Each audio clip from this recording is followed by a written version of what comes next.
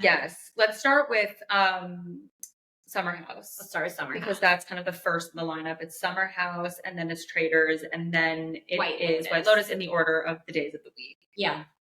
That's a good way to organize it. Yes. Okay, so let's jump right into Summer House. Yes. So where did we leave off? Oh, we left off. Carl's abused. Right. This is like a Carl Stan podcast. I'm going to manifest that we're going to have Carl on this podcast. I would love that. I really think that we could have a great interview with Carl about like vulnerability, sobriety, totally. like just like transforming in your adult life. Yes. And doing that on television. Yes.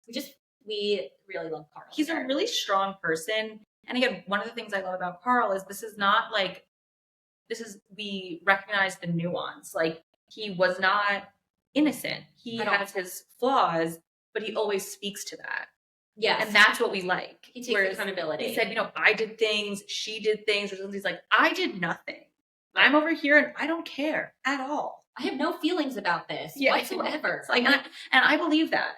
Yeah. That's the thing. Yeah. I really do think that she's completely moved on from this man that she was so head over heels in love with and was going to marry and have children with. Like, that's a really harsh thing to do, just to like cut someone off like that. So the episode starts out with like Carl and Lindsay seeing each other for the first time since the reunion. And they do not acknowledge each other. And Carl is like very visibly like uncomfortable and like nervous. Yeah. But like, who wouldn't be in that situation? And like, she's very pregnant too. Like, that is so crazy to like see. A year ago they were engaged and now she's very visibly pregnant with another man's baby. I think it's fair and fine. She didn't text him to let him know. She doesn't have to do that. I just think the way she moves in the world is not my cup of tea. But anyway, so also he was afraid because there were so many people around. Yes. He ends up later, he kind of talks to the boys. He's like, all right, I want to have a good summer. I want her to have a good summer. I'm going to break the ice. And he does. And there's a moment later where they're able to have like an intimate moment where he just says like, just want to let you know, I'm happy for you. I'm sorry I didn't get the opportunity to congratulate you earlier. Just like normal. Nice. And she's like, I appreciate that. Yeah, she's like, yeah. Okay, well, thank you for that. Right. I just think that like that was like very mature of him. Yeah. And like the adult thing to do. Right. And the appropriate thing to do. And I feel like her just trying to be all like nonchalant, like, well, I appreciate that. I feel like it was like her trying to be like, I'm strong. Right. And, like, this is how I'm going to treat this man that like left me. And it's like, girl, this is like not what's happening here. Right. They're on different pages. It's the end of the road. There's no drama. Like, there's nothing happening. Like, I think later in the season they get into it because there's like a clip of Carl being like, I pray for you, Lindsay. And Lindsay being like, I don't need you to pray for me. I'm excited for whatever that is. Yes. Whatever conversation that is. Some other interesting couple dynamics in the house, Jesse and Lexi. We talked about this. Yeah, so they finally kissed. I actually thought their moment was so on cute. The bed when they were opening up to each other, like Lexi opened up to Jesse about why she wears a J around her neck and for her friend who passed away, and like Jesse opens up to her about his cancer. These two are having more vulnerability and authenticity in a conversation than Wes and Sierra ever have over the course of knowing each other for a whole summer. Like, they've known each other for 24 hours, and I'm like, this is beautiful. That's because Jesse's amazing. He can be vulnerable. He's charming. Yeah, he's fun-loving. Yeah, the more I see them together, the more I like it. I don't think it's going to be like a stable thing. I also keep in mind, I thought it was really, I think he's just so cute how he FaceTimed her on his way back. He's like, what are you doing? Like, I miss you. We're on the way back. Like, he's just adorable. He's cute. He was a little drunk during that convo, which is totally fine. Like, I'm not like, oh, he didn't mean it. He was drunk. But like, it does allow you to be more vulnerable. It's like a summer excitement right now. Like, I don't know how much more than that it is, but like, he's extremely excited and she's extremely excited. And we'll have to just see where it goes. But I like it. I like it so far. Yeah, and I think next week we were already getting her being like, I just want to make sure, like, if we're getting to know each other, like, right. I don't think she's saying I want to be exclusive, but I think she wants to like lay down the law. Like, I don't want you being like a whore. Yeah, which I think is appropriate. Yeah, and then it cuts to him being like, well, that's a tough pill to swallow. But that could just be the end. Anything, yeah. We don't know.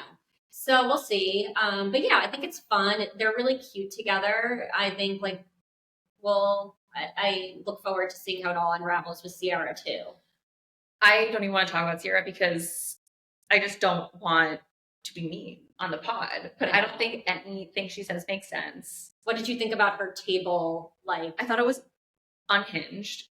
I mean, it's just like she's fighting a battle with no one. it's like talking to a wall because he gives her nothing. He comes so unprepared to have a conversation every time. He doesn't care. He also, I He think, completely shuts down with confrontation. Clearly, she also doesn't really make sense. I don't think she makes sense when we talked about this at length. I don't think anything really additional happened. I think in terms of like, he was like, I don't know how else to break up with someone.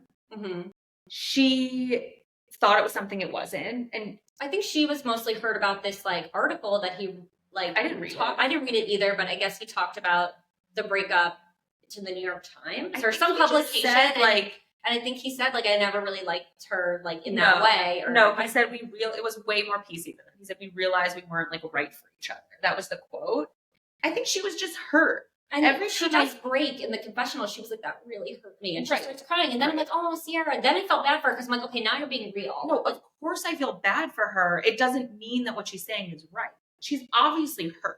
Like, obviously, she really liked him. She wanted this to be something. He's not that into it.